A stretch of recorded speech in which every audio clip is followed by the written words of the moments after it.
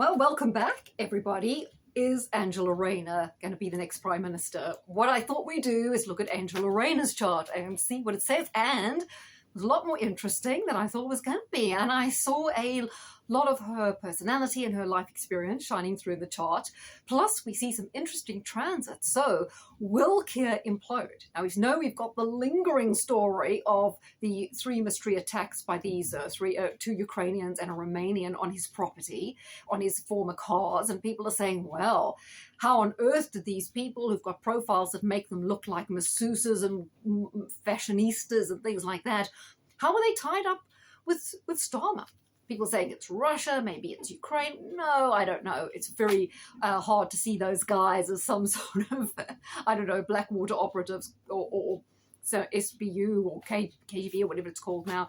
But that rumbles on. So with that in mind, with his decreasing popularity, with him continuing to kind of just focus on reform because he knows they're breathing down his neck and reform winning more council elections, will he be forced out against the grain, as I've mentioned before, that happens in Labour? And by the way, I've done Keir's chart, so if you want to go and check that out, it's there. Now, Angela Rayner is born on the 28th of March, 28th of March 1980. She's an Aries, right? And that chart will be here, should be here by the time when I edit that. She has a Virgo moon, and she has, I believe, Leo rising. I must emphasize she's born in Stockport, Manchester. I don't know her time, but I just felt Leo rising and the house placements that we got from Leo rising perfectly captured her. Now, I know the hair. It's a bit of a cliche for Leo rising with the mane, and we know she does enjoy dressing up, and she can be quite well. She had a Sharon Stone moment, which if you don't know, in other parts of the world, in the Parliament, we have on the left-hand side, as you would view it from the television, you've got the ruling party, which then was the Tories, and on the other benches, we've got Labour, and the Prime Minister stands up to talk behind a lectern, and he looks over at Labour's front bench, and when Boris was in, there was stories of her having sort of a Sharon Stone moment to put Boris off, which, knowing Boris probably did, he's probably fairly curious about the whole thing. If that really happened, I don't know. So that kind of is the whole Leo thing going on. Now, Angela grew up in poverty. She was the middle of 3 children, which reflects well her Aries nature, because Aries often find themselves sandwiched in between in the family. That's why they develop their Aries personality, because as number 2, you weren't there first and you're not the youngest. So you've got to kind of fight for what you want in life. And obviously, we've got the whole Leo rising thing and Virgo moon. Now, her mother was bipolar and had a great deal of difficulty bringing up her children. At some point, Angela went to live with her grandmother, who worked 3 jobs. Well, that could be a Labour cliche. They've all got to have parents who have this ultra-hard life to fit in and with Labour themes, but still, could be true. Her grandmother looked after Angela until she passed. Now, when Angela was 15, she was in a relationship. She got pregnant and had her first child, and as a result, she never finished school, and later she went on to become a carer. Now, first of all, she's got Venus in Taurus, which is, she does like her clothes, right? She likes her nice things, and she's done pretty well financially for herself, hasn't she? So that's a kind of Venus-Taurus thing that draws people towards money, and money being a theme that we'll come across in her chart.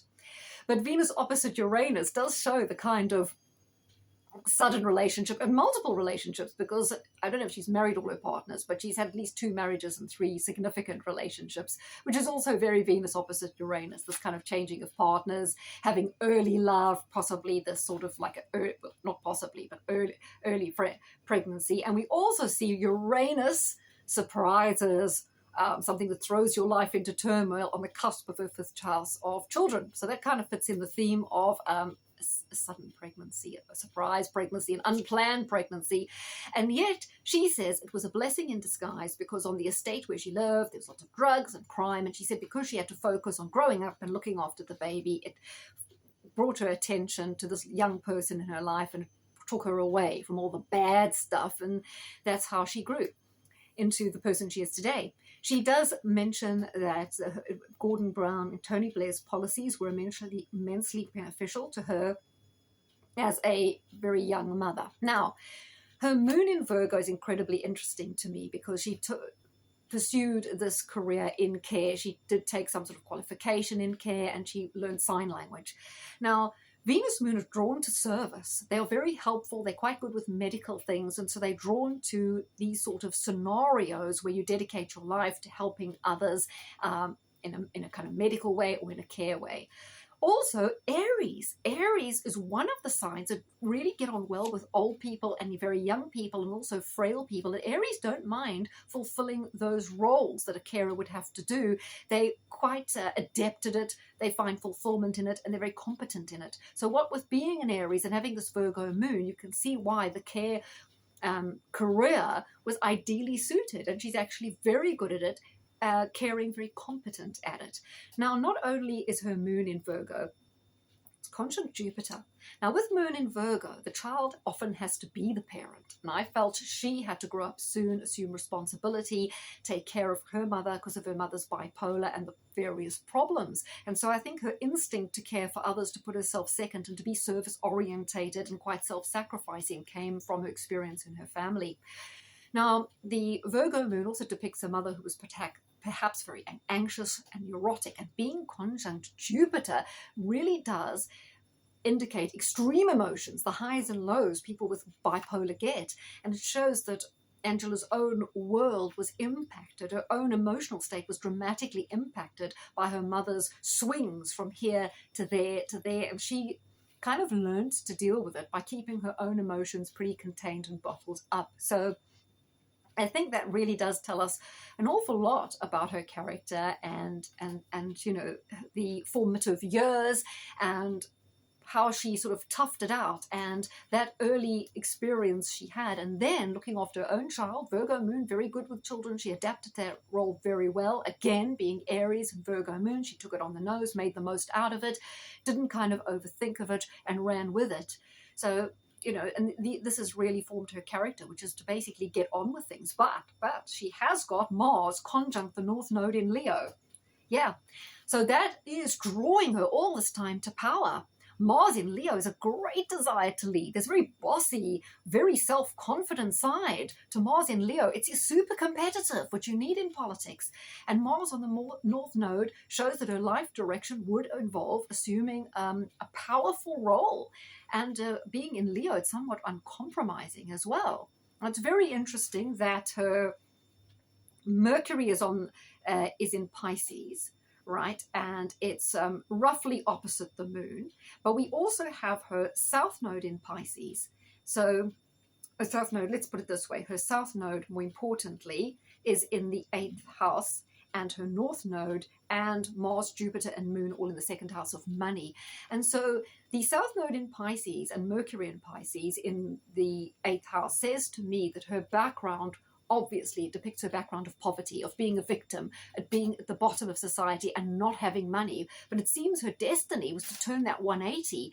And with all these planets around the North Node in the 2nd house, that money would define the second part of her life. And she was always destined to have this rags to riches story. So while she carries within her the narratives of growing up in poverty, she was never in a poor frame of mind. She always had a money mindset, confidence that she was going to, in whatever way, work her way through life and find this success. So I do see this North Node shows that not only that money was something that she would inevitably conquer as a milestone, as part of the formation of her personality.